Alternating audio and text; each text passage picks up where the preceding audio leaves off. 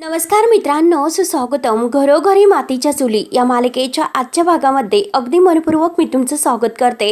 आजच्या भागामध्ये आता ऐश्वर्या जानकी आणि सुमित्रा यांना मंदिरात भेटते आणि म्हणते की हे बघ जानकी, मला तुला एक महत्त्वाचं अपडेट द्यायचं आहे. आता जानकी विचारते की काय झाले.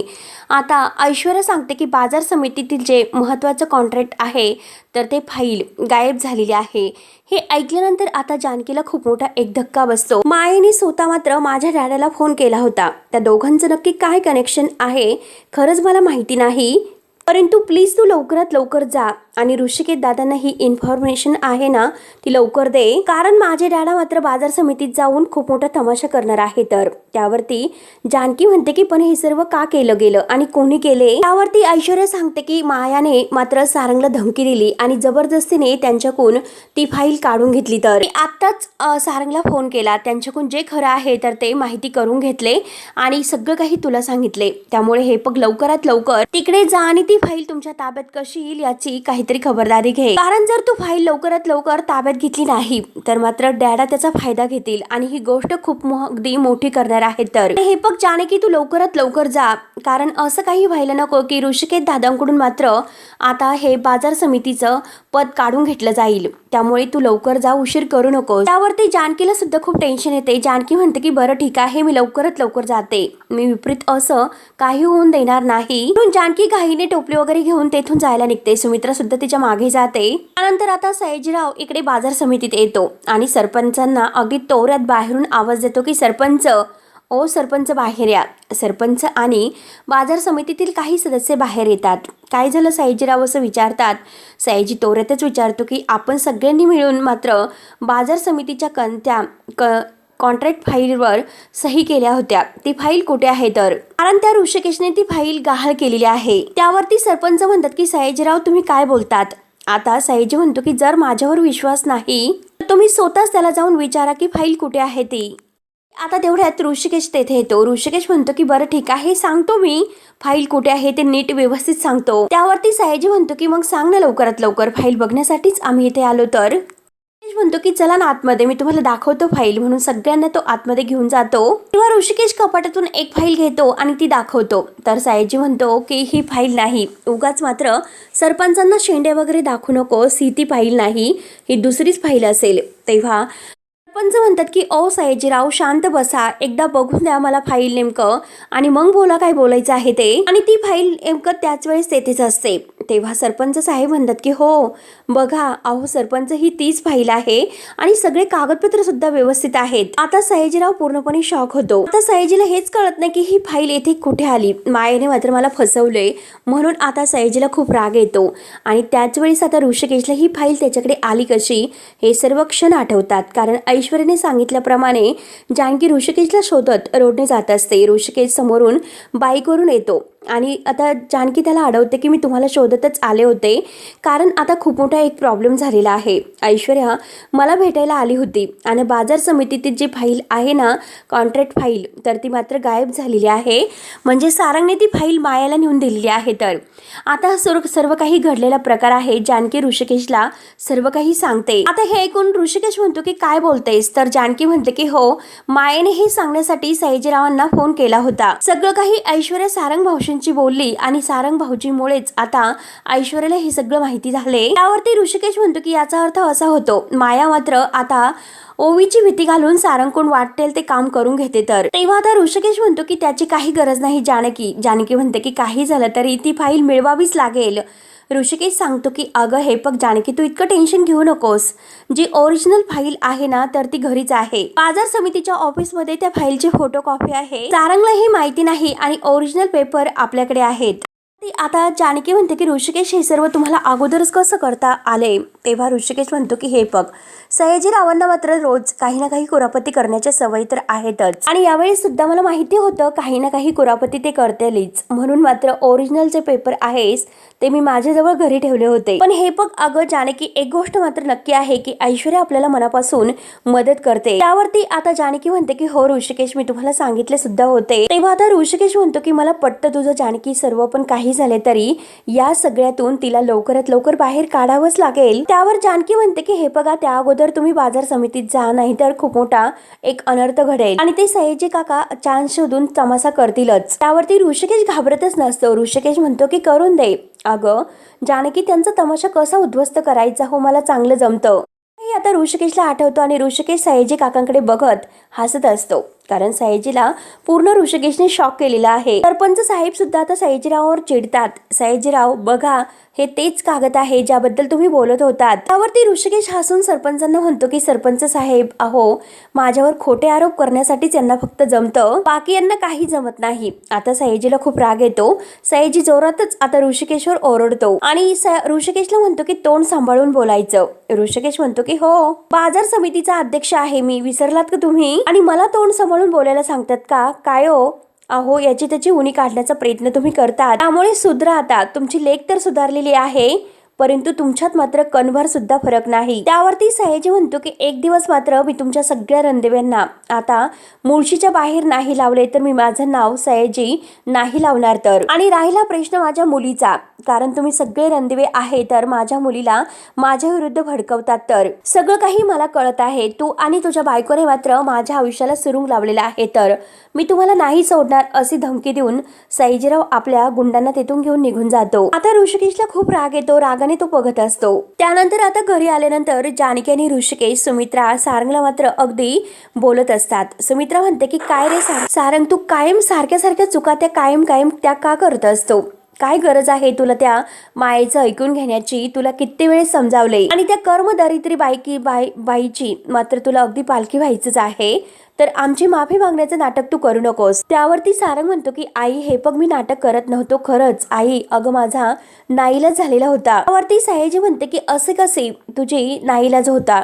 अरे बाजार समितीमध्ये ऋषिकेशला मान घालण्याची वेळ तू आज आणली होती. आपला ऋषिकेश मात्र हुशार आहे म्हणून त्याने ती फाईल घरामध्ये आणून ठेवली होती, तर नाहीतर आज मात्र ऋषिकेशच्या नावाला बट्टा लागला असता. त्यावरती सारंग म्हणतो की नाही अगं, हे बघ आई, मी तुझी शपथ घेतो. सुमित्राला खूप राग येतो. सुमित्रा म्हणते की बास कर. सुमित्रा म्हणते की हे बघ, अरे खोटा शब्द घेऊ नकोस, नाहीतर ह्या सगळ्या गोष्टी मी नानांच्या कानावर घालेल, मग तुला वटणीवर ते नक्कीच आणतील. त्यावरती आता सुमित्रा खूप भडकलेली आहे. तर जानकी म्हणते की हे बघ आई, शांत व्हा. त्यानंतर आता इकडे ऐश्वर्या घरी येते आणि सयाजी घरी येऊन मात्र ऐश्वर्याला रागवतो. तुला काय गरज होती जानकीला हे सर्व जाऊन सांगण्याची? तिच्यावर खूपच भडकतो. ए पोरी, मी तुला विचारतो. ऐश्वर्या काहीच उत्तर देत नसते. त्यावरती ऐश्वर्या म्हणते की हे बघा डॅडा, मी काय केलं? आता सयाजी म्हणतो की मी तुझा बाप आहे. गावामध्ये काही जरी झालं ना, ते सगळ्या गोष्टी मला माझ्या कानापर्यंत येतात. तू मला शहाणपणा शिकू नकोस. त्यावरती ऐश्वर्या सुद्धा म्हणते की म्हणजे तुमच्या मुलीवर विश्वास नाही तर त्या गावातील माणसावर विश्वास आहे? तर त्यावरती सयाजी म्हणतो की आहेस, कारण तुझ्यावर विश्वास ठेवण्यासारखं तू काय केलेलं आहेस स्वतःला विचार एकदा. कावेरी काकू तेथे येतात. कावेरी काकू हे सर्व ऐकत असतात. तेव्हा कावेरी काकू म्हणतात की अहो तुम्ही काय बोलतात? काही जरी झाले ना, ती तिच्या सासरची माणसं आहेत, लक्षात ठेवा, आणि त्यांच्या मनामध्ये तिच्याबद्दल चांगलीच भावना असणार आहेत. त्यावरती सयाजी म्हणतो की वा, म्हणजे पहिल्यांदा खरं वागतात. तर आणि जर तुम्हाला हे वागायचं होतं मला सांगायचं होतं ना. हिच्या पायी एकतर इतकी मोठी डोकं फोड केली, हिच्या पायी मी इलेक्शन हरलो आणि हिच्यामुळे आज गावातील लोक सुद्धा माझ्यावर हसतात. हिच्या करता आजपर्यंत मी काय काय केलं नाहीस, परंतु हिने मात्र माझ्या पाठीमध्ये खंजीर खुपसला. त्यावरती कावेरी काकू रागानेच म्हणतात की ते तर सर्व गोष्टी तुम्ही तिला शिकवल्यात, मग आता तुम्ही तिला कशाला दोष देतात? जेव्हा तुम्ही तिला हे सर्व शिकवले त्यावेळेस तुम्हाला जाणीव झाली नाही का की एक दिवस हे तुमच्यावर उलटेल म्हणून? त्यावरती आता सयाजी रागाने म्हणतो की बास करा, मला अक्कल शिकवण्याची गरज नाही. त्यावरती ऐश्वर्याला सुद्धा रागच येतो. ऐश्वर्या म्हणते की इनफ डॅडा, हो रिएक्ट होण्याची काही गरज नाही तुम्हाला. त्यावरती सयाजी आता रागाने दोघींकडे बघत असतो. त्यानंतर आता इकडे जानकी ही सुमित्रा आईंना समजावते की हे बघा आई, तुम्ही सारंग भाऊजीवर चिडू नका, त्यांच्यावर चिडण्याची काही गरज नाही. हे बघा आई, त्यांनी मुद्दाम नाही केलं, जे काही केलेलं आहे ते आपल्या ओवीसाठी केलं. तिचा विचार करून त्यांनी हे सर्व केले, कारण माया जे काही सांगेल ते करण्याचा म्हणजे सोडून मात्र यांच्याकडे कोणताही दुसरा पर्यायच नव्हता. आणि हे बघा, ते आपल्याला कुणालाच काही सांगू शकत नव्हते, कारण मायाची माणसं मात्र नजर ठेवूनच होते. आणि हे बघा आई, यावेळेस मात्र सारंग भाऊजींचा नाईलाज होता, मी तुम्हाला सांगते. त्यावरती सुमित्रा म्हणते की अगं पण याच्या भोळेपणाचं काय करायचं? घ्यायचं जानकी. अरे हे बघ सारंग, जरा धीटाईने वागायला शिक, धीट हो जरा आणि त्या मायाला उत्तर द्यायला शिक. त्यावरती सारंग म्हणतो की आई अगं हे बघ आपले हात दगडाखाली असताना मी कसं बोलणार तू सांग. ओवीच्या विचाराने मी शांत राहिले आणि हे बघा मला आता खरंच मायेची भीती वाटते. त्यावरती ऋषिकेश म्हणतो सारंग हे बघ त्या मायेला घाबरण्याची गरज नाही, मी तुला सांगतोय. जितका जास्त तू घाबरशील तितकी जास्त भीती ती तुझ्या मनात निर्माण करेल. त्यामुळे हे बघ सारंग तू थोडासा धीट हो, लवकरात लवकर त्या मायेपर्यंत आपल्याला पोहोचावं तर लागेलच आणि काही झालं तरी ओवीला तिच्या ताब्यातून आपल्याला सोडवावं तर लागेलच. त्यासाठी मात्र तू प्लीज थोडासा धीट हो. तर सारंग म्हणतो की ठीक आहे. त्यानंतर आता इकडे ऐश्वर्या सयाजीला उत्तर देते, मी असं काय चुकीचं वागले, मी फक्त त्या मायाला अगदी तोंड देते, तिचं उत्तर तिला देते. पण डॅडा तुम्ही काय करतात, अहो तुम्ही तर त्या मायाशी हात मिळवणी करतात ज्या मायेने मात्र तुमच्या मुलीचा जीव घेण्याचा प्रयत्न केला होता. जे आता म्हणतो की हे बघ राहून दे, उगाच सारवा करू नकोस, उद्या कोर्टामध्ये तारीख आहे आणि बघूयात की कोर्टामध्ये काय होते ते, आणि मी तुला सांगून ठेवतो मी तुला मदत नाही करणार. त्यावरती कावेरी काकू म्हणतात की हे बघा अहो तुम्हाला काय बोलतात हे तरी कळते का, आपल्या मुलीच्या बाबतीत तुम्ही असं बोलतात, आपली मुलगी आहे ती, आपण तिच्यासाठी प्रयत्न नाही करणार तर कोण करणार आहे. त्यावरती सयाजी म्हणतो की आहेत ना ती अवंतिका आणि जानकी, ह्या दोघी आहेत तिचे मदत करण्यासाठी, कारण त्या रणदेव्यांचा हिला जास्तच पुळका आलेला आहे, त्या नक्की हिला मदत करतील ना. मात्र हिच्यासाठी कोणताही प्रयत्न नाही करू शकत, कारण बापाला विरोध करणारी पोरगी जेलमध्ये असलेली बरी राहील.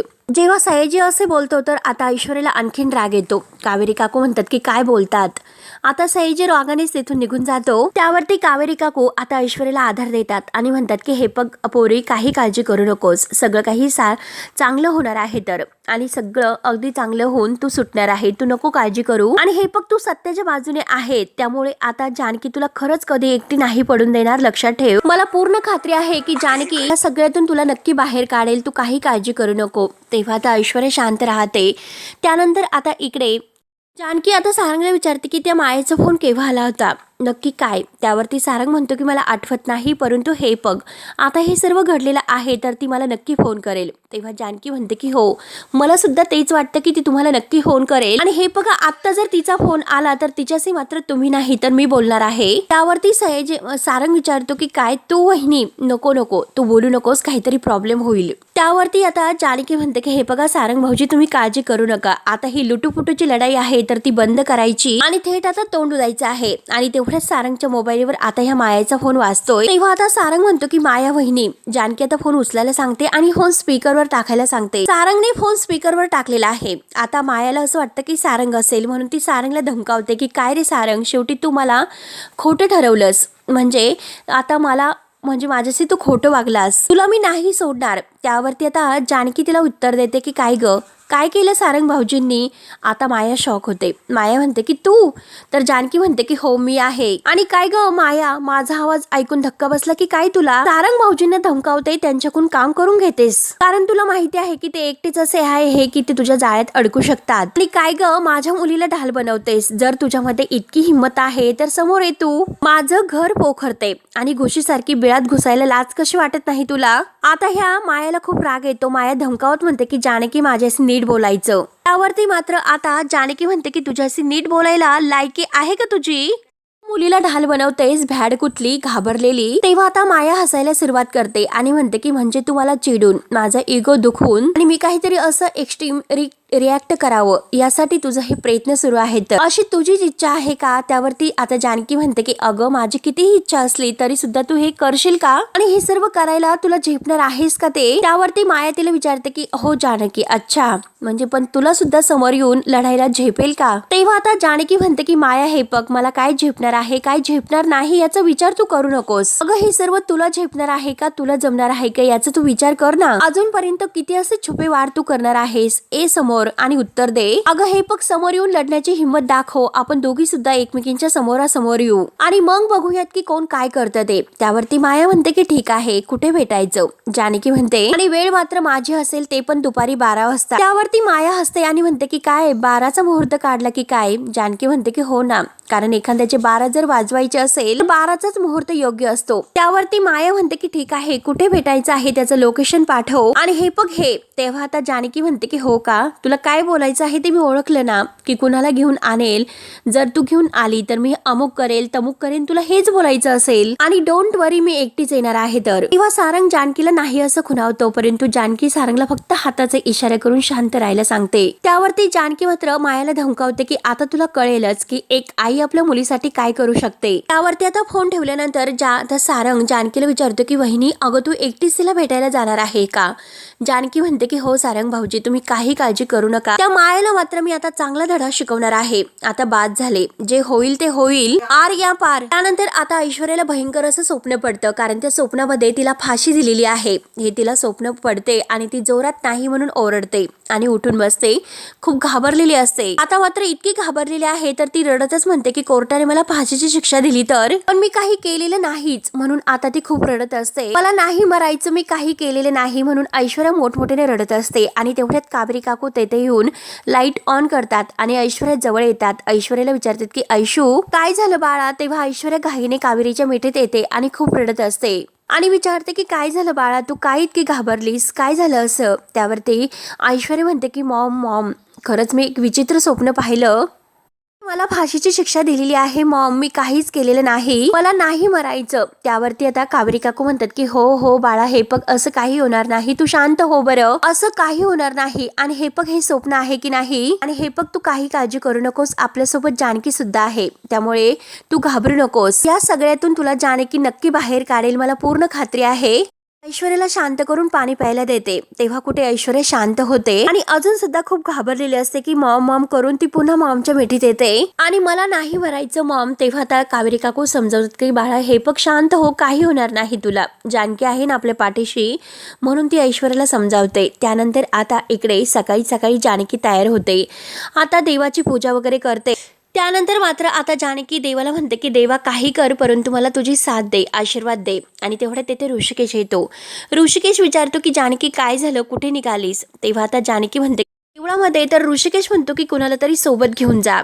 आता लगेच जानकी म्हणते की अहो कशाला, मला देवळातच जायचं आहे, कुठे बाहेर नाही जायचं, तुम्ही काळजी करू नका, कोर्टातच जायचं आहे. तेव्हा ऋषिकेश म्हणतो की ठीक आहे, मी बाहेर थांबतो. आणि आता ऋषिकेश जातो बाजूला, तर तेवढ्यात अवंतिका येते. अवंतिका तयार होऊन कोर्टात निघालेली आहे. जानकी विचारते की हे बघ अवंतिका, अगं तू अजून निघालेली नाही का?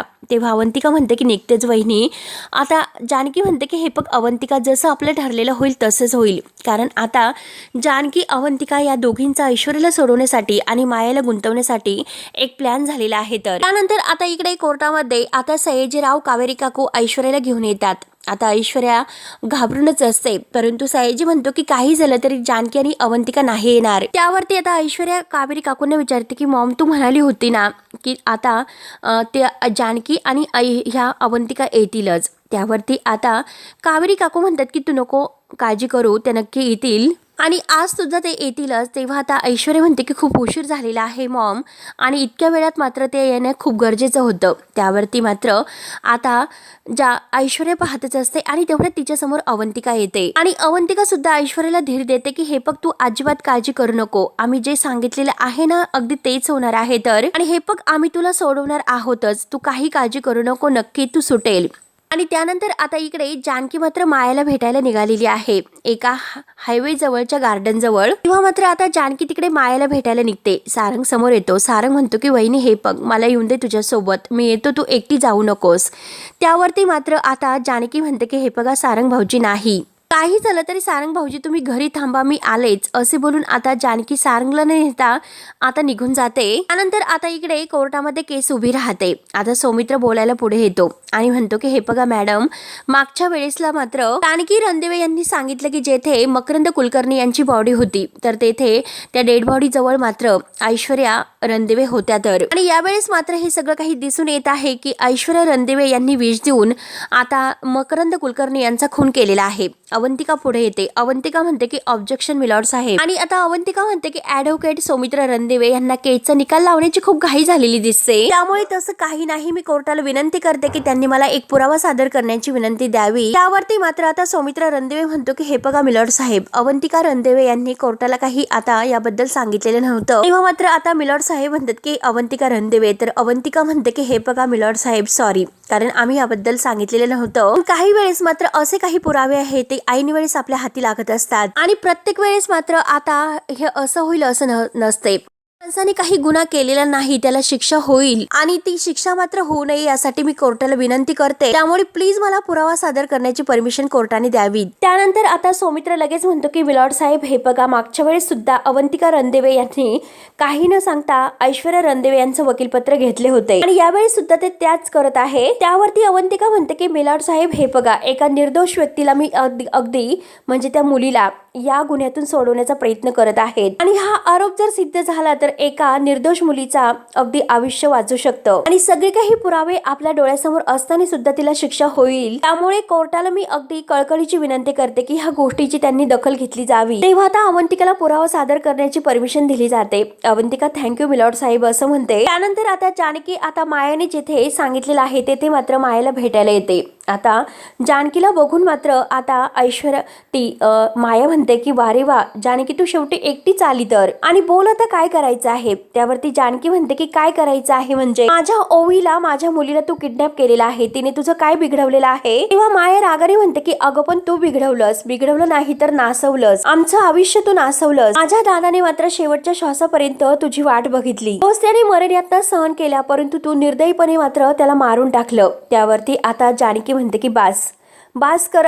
माया, बास कर. हे बघ, तुझा तो गैरसमज आहे, मी तुला 10 वेळेस तेच सांगितलेलं आहे, पण आता नाही. आता मात्र हा गैरसमज आहे ना, तू मनातून काढून टाक आणि आता सांगणारच नाही, कारण जरीही तुला पुरावा दिला तरी सुद्धा तू ते मान्य करणारच नाही. त्यावरती आता जानकी म्हणते की ठीक आहे, तुला जर असं वाटत असेल तर जे काही आता शिक्षा असेल ती मला देऊ शकते, मी भोगायला तयार आहे. त्या अगोदर मात्र मला माझ्या प्रश्नांची उत्तर हवी आहेत. तेव्हा आता माया जानकीकडे बघत असते आणि जानकी मायाकडे. तर हा भाग येथे संपतो. पुढील भागामध्ये माया जानकीला म्हणते की तुझी लेक जर माझ्या ताब्यात आली नसती तर तू माझं ऐकलं असतं का, आणि हे जर अगोदर ऐकलं असतं तर माझ्या भावावर म्हणजे माझ्या मकरंद दादावर विष पिण्याची वेळ आलीच नसती. त्यावरती आता जानकी विचारते की म्हणजे सत्य काय आहे हे तुला अगोदर पासून माहिती होतं का. तर माया म्हणते की हो, कारण त्याला मारण्यामध्ये तुमच्या दोघींचाही हात नाही, पण तरी तुम्ही दोघी सुद्धा माझ्या चक्रव्यूहात अडकलेल्या आहात. आता मात्र कोर्टामध्ये जानकीने जे काही आता हे ऐकवलेलं आहे, कारण तिने आपल्या पिशवीमध्ये बॅगमध्ये जो काही आता हा फोन ठेवलेला आहे आणि त्याद्वारे मात्र आता सगळं काही तिकडे कोर्टामध्ये ऐकू येते. त्यानंतर जानकी म्हणते की खरं तर चक्रव्यूहात तो अडकलेली आहे. आता इकडे अवंतिका आणि ऐश्वर्या यांना खूप आनंद होतो आणि जानकी मायाला धमकावते की कायमची तू आमच्या चक्रव्यूहात अडकली तर. मायाला काही कळत नसतं. तेव्हा आता मित्रांनो, पुढे नक्की काय होईल हे बघण्यासाठी आपल्या चॅनलला नक्की सबस्क्राईब करत राहा. धन्यवाद.